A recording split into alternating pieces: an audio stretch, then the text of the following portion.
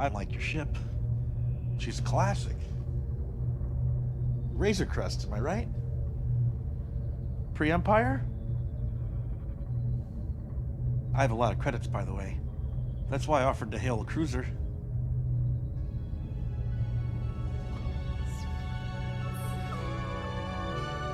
much are they paying?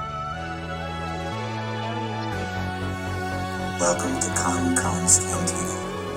Grab a drink, sit back, and relax.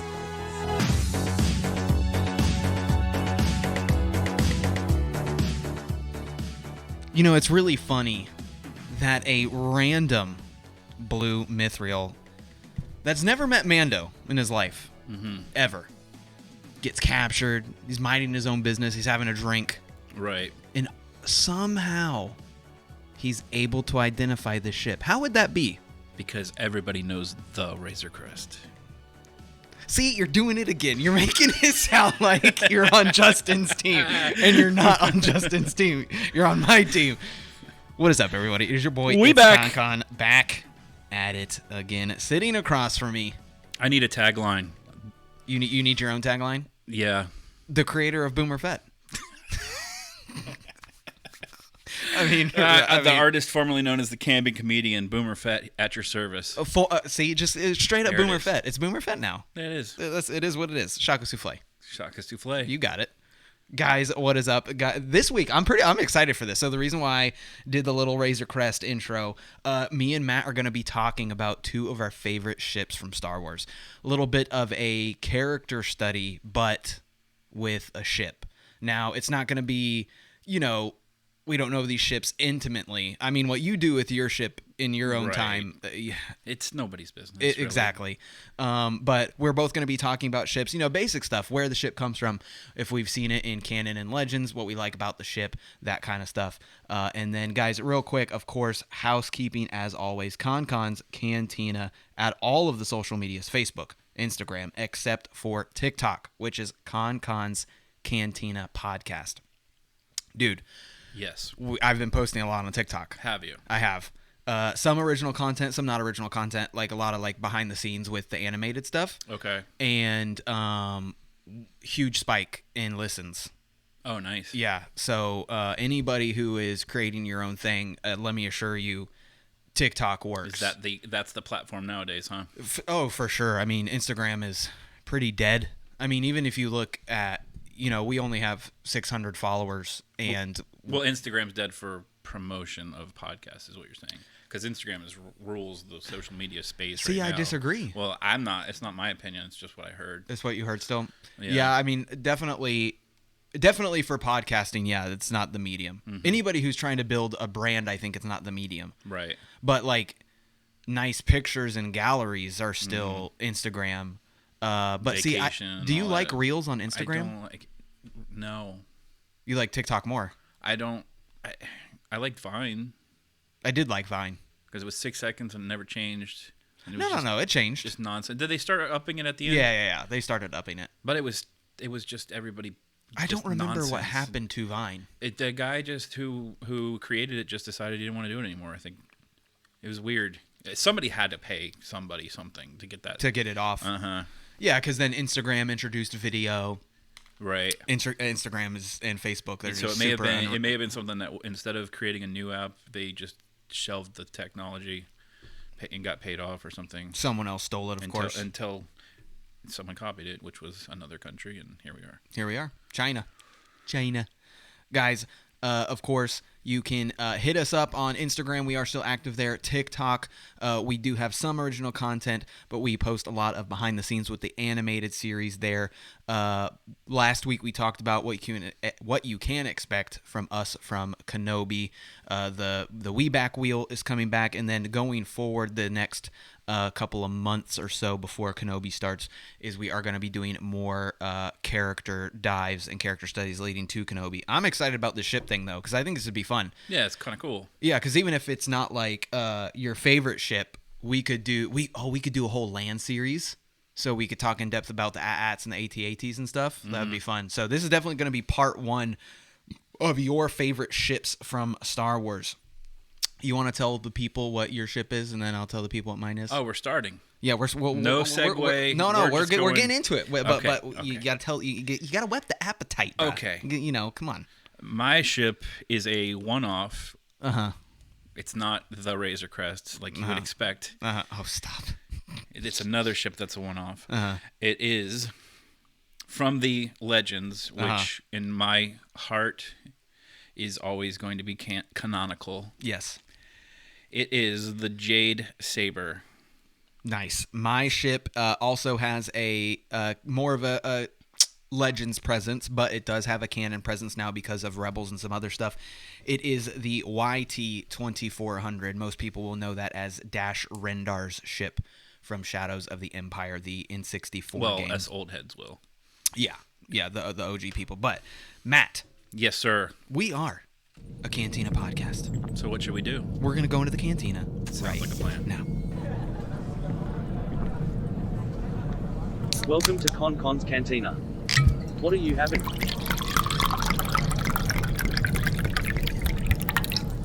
But remember, no droids.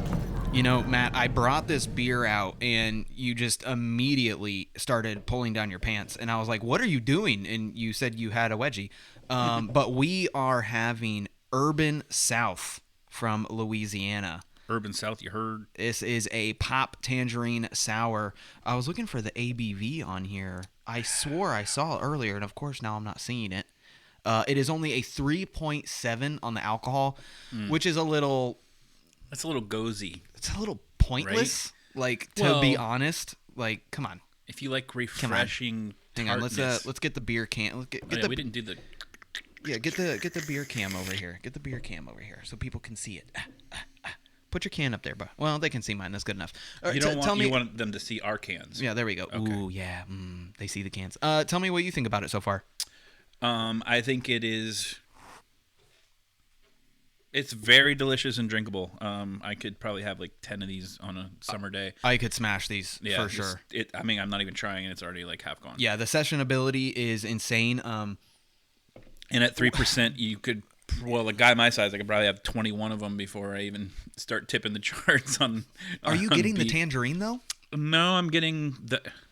Look, sours, for me, it's all about how tart it is. It's super tart. I don't... My palate can't quite distinguish, like, different flavors that you're supposed to or what's written on the thing.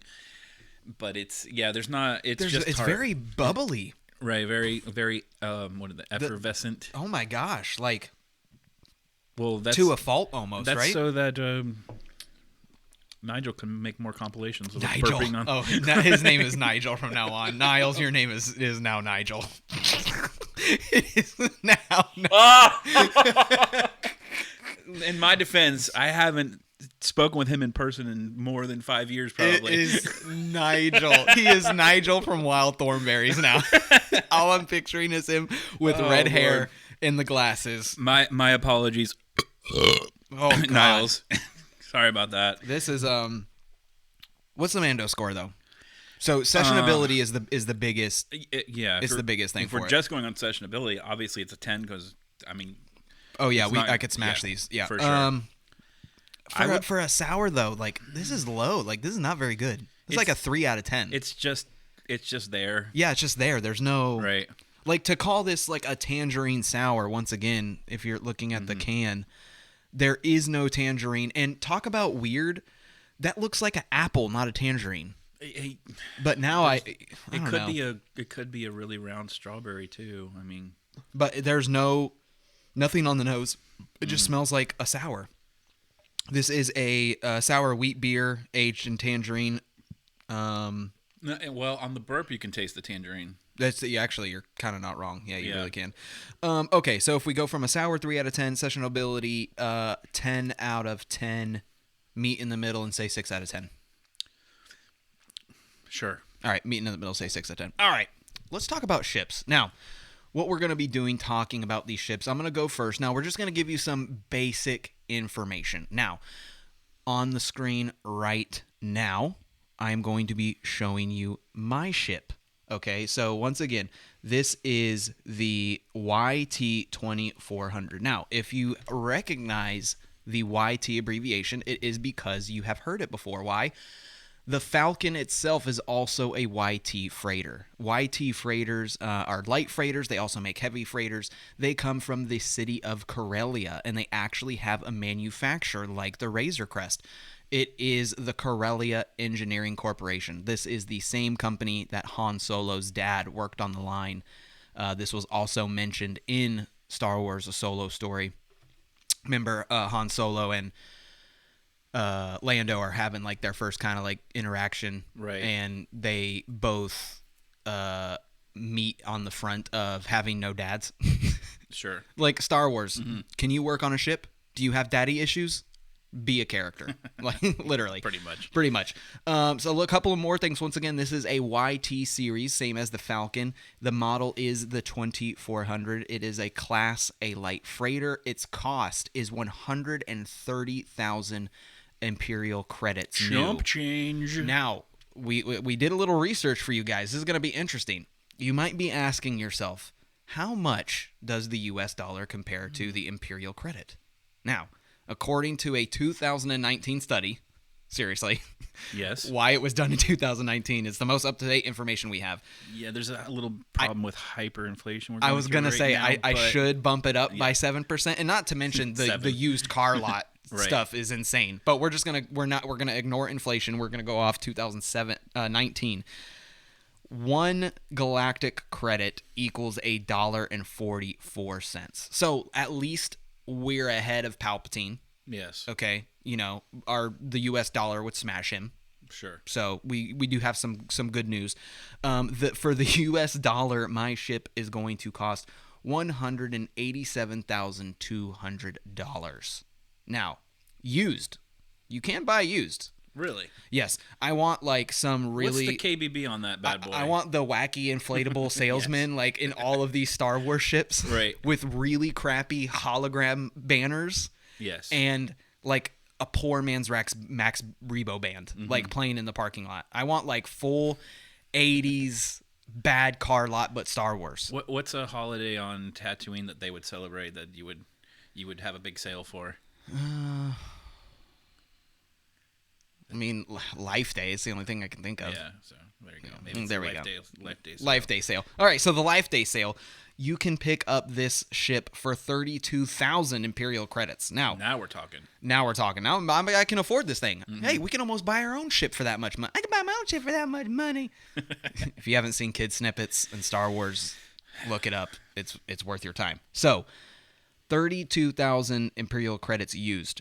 From the 130,000, that is a 76% decrease. You fly that thing off the lot, 76.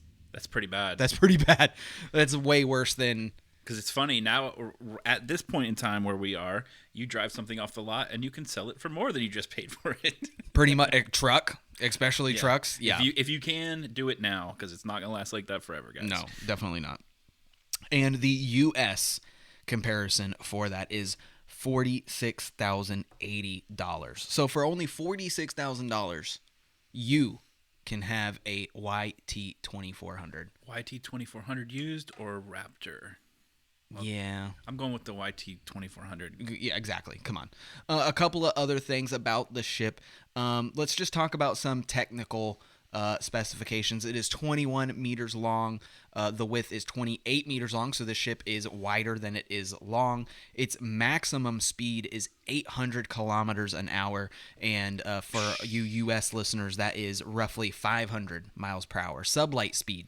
Okay, sublight speed. We're booking it. So just a commercial jet speed. Commercial jet. So if we're in Florida and we're going to New York, 2.5 hour flight in the YT. Right. 2400. I need one, bro. I'm telling you. Hyperdrive ratings we have. It is a class 2. We also have a backup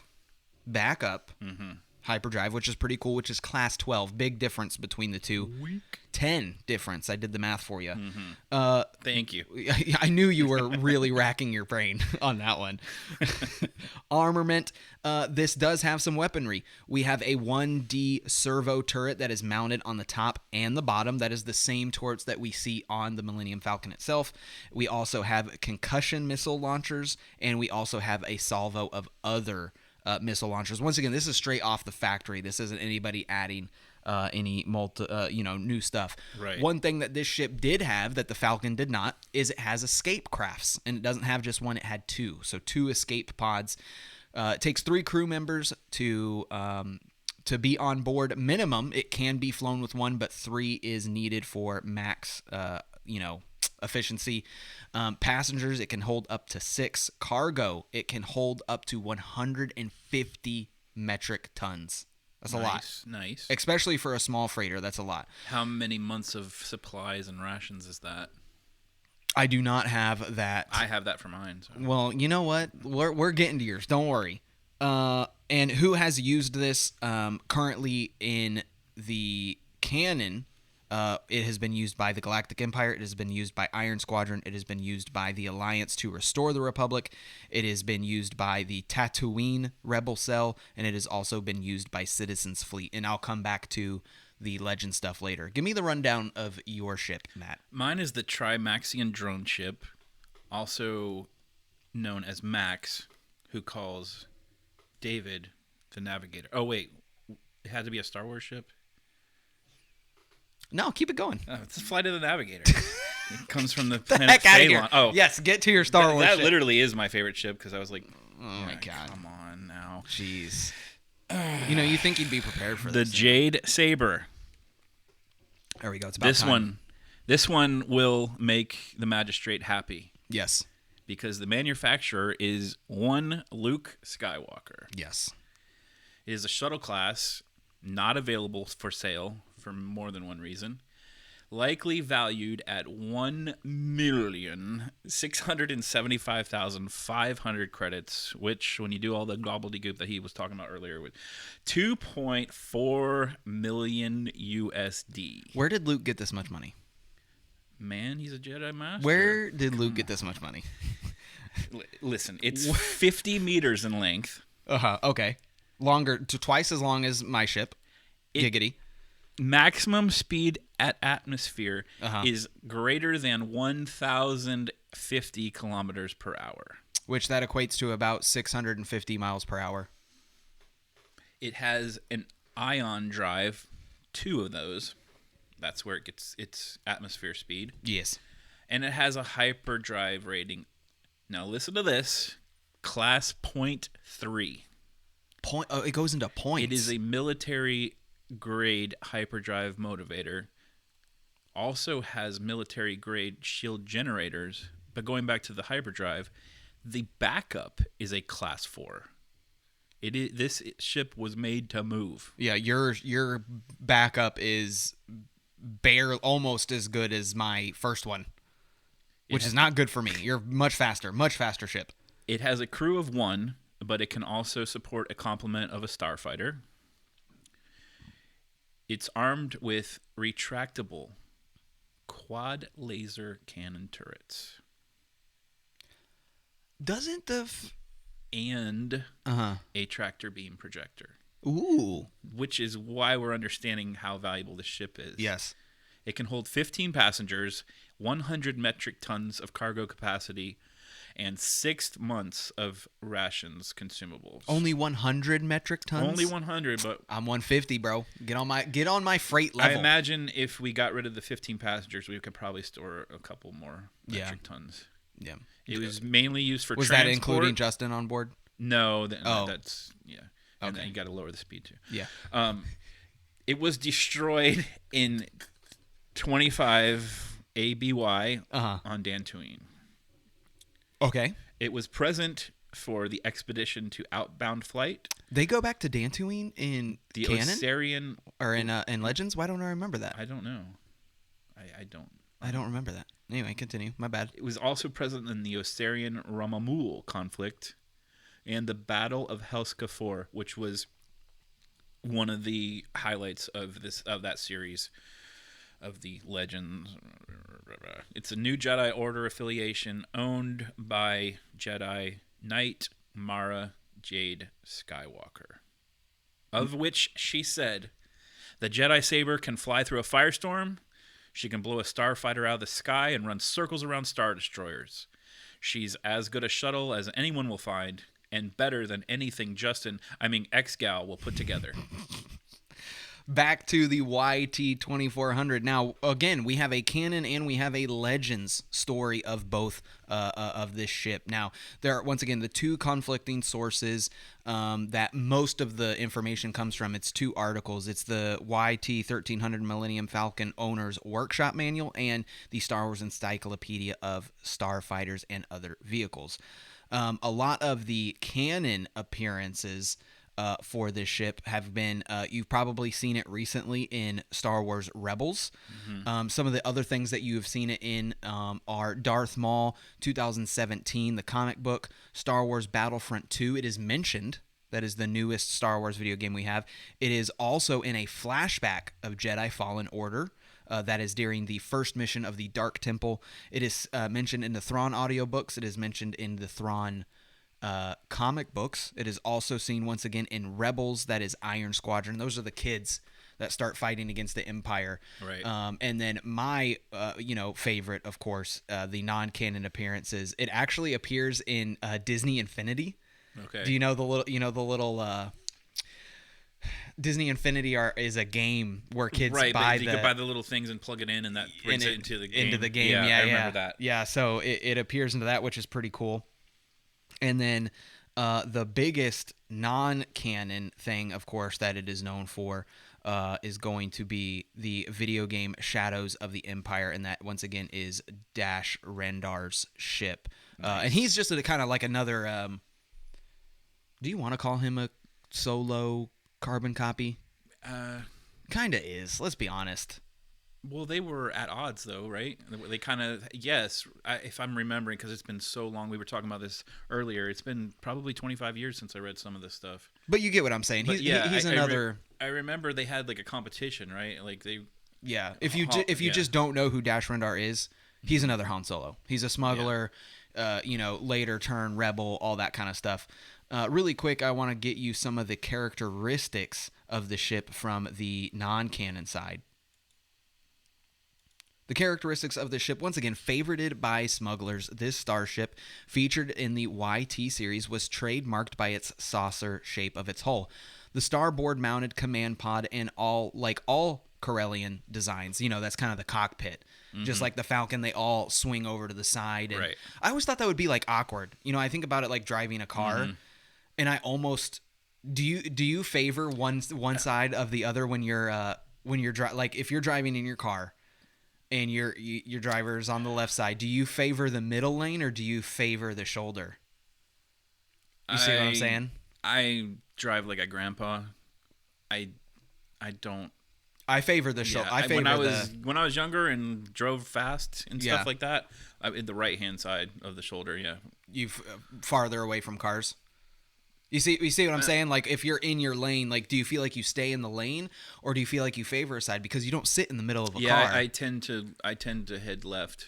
Yeah, I do the same thing, and that's what I always thought it would be weird about flying these Corellian ships, because you're all the way to the right. Mm-hmm. So how is your sense of perception? Well, see, that would work for me because I grew up on bass boats, and you sit on the right. On a boat, yeah, you're on the right sure. when you do that. So I got used to that kind of layout. Yeah, it would be super weird. I always just wondered, I guess that's where all your sensors would come in, in flying the ship. That's why you'd have to be a good pilot, so you're not banging your ship into everything. I don't know, it would just be awkward. And then I think of Rey flying it in Force Awakens when she's flying the Falcon. That's Same funny. thing. I never think of Rey. Oh, well, I don't blame you. But she does fly it nonetheless. And she, you just, I don't know, I feel like you'd be flying the ship and it's always leaning. Yeah. That's how, I don't know. Right? Yeah, that's just how I feel. A couple more characteristics of the YT2400. It is double armored plating with the hull to protect not only its hull but also its engines. It could easily handle the strains of deep space combat. That is also why it was favorited by smugglers. It had oversized weapons for most of its other ship predecessors and not predecessors. What's the word I'm looking for? Contemporaries. Mm-hmm. The contemporaries of its time had oversized weapons and oversized engines. The YT2400 was also configured with a pair of starboard bracing arms that connected to the cockpit and the other compartments that made a long tubular shape. So there's actually a gap. Once again, actually, let me see if I have this picture, and I can show you exactly what I'm talking about. Yeah, awkward silence. I know. That's not a cricket. It's supposed to be a cricket. It didn't come out that way. Didn't come out that way. Okay, I got the picture up for you right now. And this picture, once again, you're going to be able to see the like that gap that separates in between the cockpit and the rest of the ship. Matt, what else did you have about your ship? So, using the reference material from Wikipedia in researching for the show, there's a couple of paragraphs that really hit me in the nostalgias. Ooh, right in the nut nostalgias. So, the Jade Saber was a fast, fishnet-shaped green star ship equipped with military-grade hyperdrive, shield generators, and concealed quad laser cannon weaponry, which we brought up earlier. I'm going to put another picture of your ship up right now. Nice. Mara Jade Skywalker used the ship on a number of expeditions and battles, including an expedition with the Chiss to investigate wreckage of outbound flight in 22 ABY. She later flew the Jade Saber during the prelude to and early days of the New Republic's war with the invading Yuzon Vong species. This included a diplomatic mission with Luke's twin sister Leia Organa Solo and her daughter Jaina Solo to mediate the rising tensions between the Asarian and the Ramamulian peoples. This conflict was secretly incited by the Yuzon Vong saboteur Nam Anor. Great character. Brought back so many memories just seeing that name. Later, the Skywalkers flew the ship to investigate Balkaden, another early site of Yuzon Vong sabotage. The outbreak of the war culminated with a battle at Helskafor, the headquarters of the Praetorite Vong.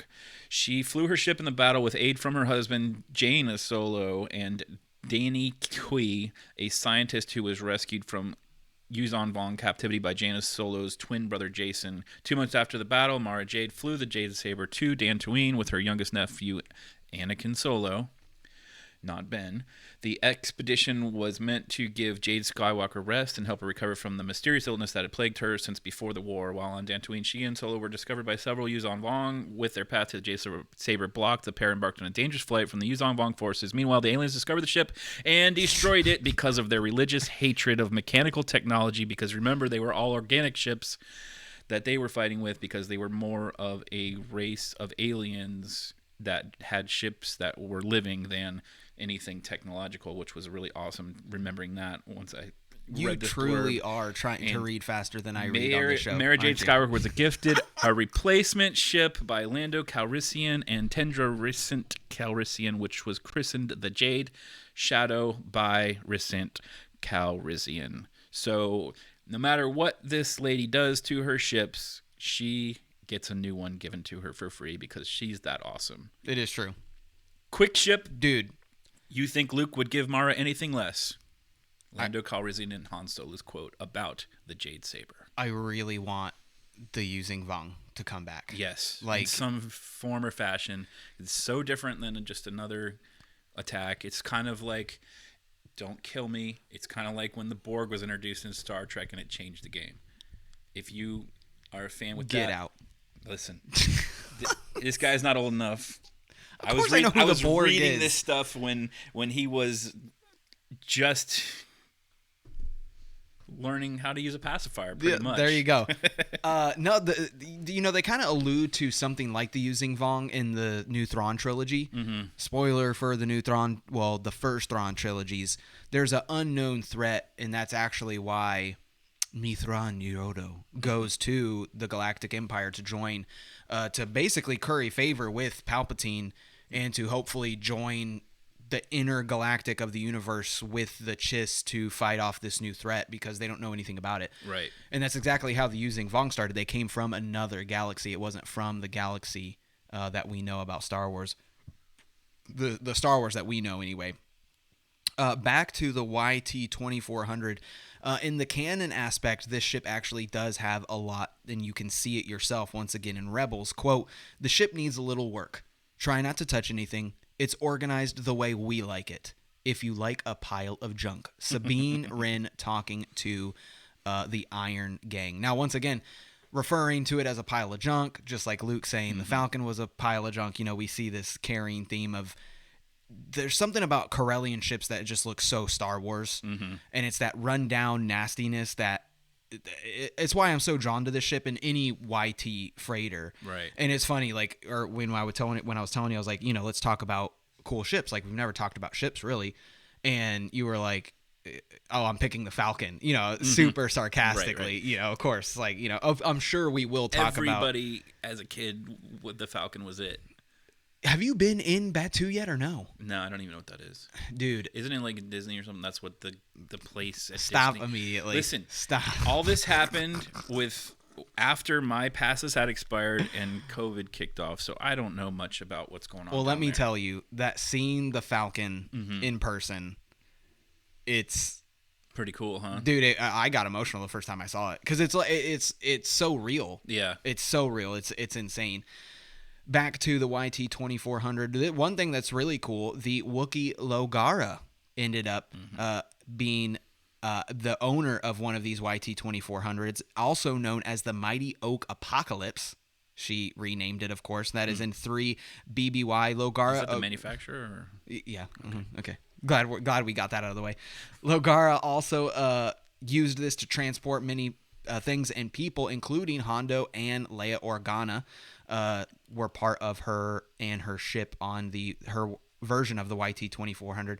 And then, of course, as I mentioned earlier, the rebel cell known as Iron Squadron used a YT2400 in the Sato Hammer, which is the home base when they were fighting the Empire, and once again that was in Rebels. So just a couple places you can see the ship. Continuing, this ship also played a role in the Galactic Civil War. The YT2400 freighter known as the Outrider operated during the Galactic Civil War. In 0 BBY, the Outrider left Mos Eisley Tatooine, and later this light freighter was also held by the Galactic Empire in an Imperial impound yard on Novaka. So once again, it's the Outrider. It's not like a ship that we see, but it is a YT2400. And of course, just like you would think, later history of the ship is in 35 ABY, a YT2400, of which is not named, can be seen as the fleet that assembles outside of Exegol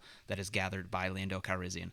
And you even see, because I almost picked the Ghost, which is also a YT freighter, and we also see the Ghost. And that's almost something that you can do, is if you look at that shot outside of Exegol, which might be one of the coolest parts of that entire movie, is just seeing all the ships that are there, and then there's a YT2400 there.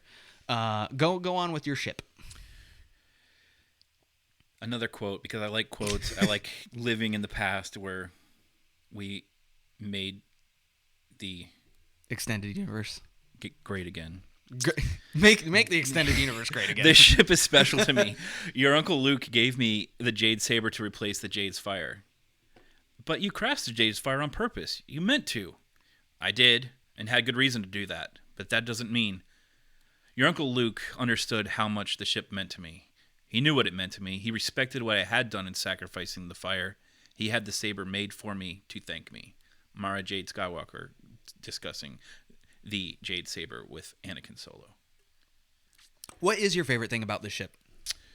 Is it a nostalgia thing? Because when you just started reading about it, like it... That's a big part of it, but I immediately, when you asked me what my favorite ship, something in my subconscious clicked me right toward to Mara Jade, and I'm like, okay. And then as soon as I read about the saber, and it refreshed my memory, and remembering the fire and the sacrifice that she gave, that was like, oh my gosh, I remember this. I remember so much now about what I read before. Yeah, and it just like all came flooding back. And there's quotes like, "Can't shoot what you can't catch." Can't shoot what you can't catch. There was so many cool things about that 25 years of taking a break from reading those books with all the new content and everything else that was going on. It's just memory lane, I think, is the biggest part. I mean, that's really why I picked the YT2400 as well, because I just remember playing Shadows on N64, and I was never like into Dash Rendar. Like, he never was like a super character that I attached myself to or anything like that. But so much of the ship that is the Falcon, but it's not the Falcon. And I do like how big inside of the ship is because, I think of like what Chewie and Han do in the Aftermath series and then in the new Disney canon, where they basically live in that freighter ship that we see in Force Awakens, and even parts of Han and Chewie being on the run in the in the Star Wars that we know, they basically lived in that ship. And that's something that I think is really cool about the YT2400 is you could also live in it. And also with the Razor Crest, like Mando most likely lived in the Razor Crest. Like I think of like when the Razor Crest blew up, and even though we don't see his face, he does like that run stop, like, oh my God, I can't, that was like legitimately like his house, and especially for how much these cost. Right. And it's funny because think of, like, we don't know many Star Wars characters that don't have ships because obviously we're following their the main characters, yes, and they have to have ships. But there's so many people in the Star Wars universe that probably legitimately can't afford a ship. And it's just like I mentioned earlier, when Luke in A New Hope says we can almost buy our own ship. Like, even what Luke had was basically like an what's the word? An atmosphere ship only. Right. Like he wasn't going planet side and going with his ship, and that was probably not even his. That was just the family ship. So affording something like these is just insane. Yep. Agreed. You gotta tell me when we come back in. Yep, that's it. Okay, gotcha. God, he counted us down. I'm such an idiot. Behind the scenes. For the blade, the Jade Blade. This is the Jade Saber. The Jade Saber. I like Blade better. Yeah, well, I'm renaming that it. Could be the next one. Well, all right. There was the fire. We destroyed that. The fire's gone. The fire's gone. The saber's gone. The next one that she gets from Lando's. Yeah. Tell me about it. Tell me about the behind the scenes. The Jade Saber first appeared in the 1999 novel, The New Jedi Order, Vector Prime. I have that. It's on the shelf. By R.A. Salvatore. Yes. Which is weird because on the cover, that ship is not on there. It's a different ship. And I believe he was a fantasy genre writer before writing for Star Wars, which is pretty cool. Let's just get the Star Wars is fantasy. Yes. Okay, great. Star Wars is high fantasy. Like everyone wants to say sci-fi, sure. but it's really. more high fantasy than it's sci-fi. For sure. For sure, yeah. The first installment of the Star Wars The New Jedi Order series was this book, Vector Prime. It was first pictured in the 2001. The ship was first pictured in the 2001 West End Games role-playing game sourcebook Starships of the Galaxy by Owen Casey Stevens. Sources are inconsistent with regard to the class of the Jade Saber's hyperdrive. However, Survivor's Quest indicates that the Jade Saber could attain a hyperspace speed of somewhat better than 0.3 past light speed. Alternatively, Starships of the Galaxy states that the ship's primary hyperdrive is Class 1, considerably slower given that a lower hyperdrive multiplier indicates a faster ship. Despite the contradiction, Luke and Mara's ability to rendezvous with the Chiss at Christi within the designated time limit in Survivor's Quest was dependent on the quality of the Jade Saber's hyperdrive, lending it to agree with the 0.3 modifier. I love that the Chiss were in Legends, and now they're being brought back into canon with Thrawn. Said it before, now that Thrawn has not one but two novel trilogies. People, if you're not looking into Thrawn, if you don't know who Thrawn is, you haven't watched Rebels, it is now you need to start learning these characters because he's going to come up and it's going to be very important Star Wars stuff going forward. Sorry, continue. No, that's pretty much it. Some of the behind the scenes for the YT freighter as we wrap this up, the creation and the development. Quote, I took what I thought was unique about the Millennium Falcon, which is kind of its it's kind of a artistical cockpit and also the basic sphere shape with two objects put on it. I played around with different variations and themed off of that. Quote from Doug Chang on the design of the YT2400 light freighter. Nice. This light freighter was initially used or wanted to be used for the first 1977 Star Wars, but later they reused it in the multimedia project Star Wars Shadows of the Empire, as we've stated the video game multiple times. Early concepts for the Outrider was created by the game's lead design artist for the video game, once again, Shadows of the Empire. Another design of the ship was created by another artist of last name Plunkett. Ultimately, the final design of the Outrider was provided by Lucasfilm and not the concept art team that was of the Lucas video game. Lucas editor Alan Karpouche then provided Chang with the basic outline that became what the Outrider should look like. And once again, the Outrider is the most non-canon recognizable version of the YT2400. According to the Lucasfilm Story Group member Pablo Hidalgo, which, have you seen all that stuff about Pablo recently? No. Okay. Well, I have, but I haven't delved. Like, people don't know if he still works for Lucasfilm or not. Right. I haven't either. Doug Chang then confirms that the design for the YT2400 light freighter was originally created for the 1977 Star Wars, but then repurposed for the release of Star Wars Episode 4 A New Hope, which was in development at the same time as Shadows of the Empire, and design of the ship was repurposed as the Outrider. The YT2400 light freighter made its first canon appearance in the re-release of Star Wars A New Hope, where the Outrider can be seen in the background taking off from Mos Eisley as Luke Skywalker, Obi-Wan Kenobi, C-3PO, and R2-D2 arrive at the Cantina. That's pretty cool. Yeah. Yeah, I didn't even think about stuff. that one. Well, it was basic information. You know, I had fun. Yeah. Hopefully you learned something. Sure. We tried something different. Got to do it. It is what it is.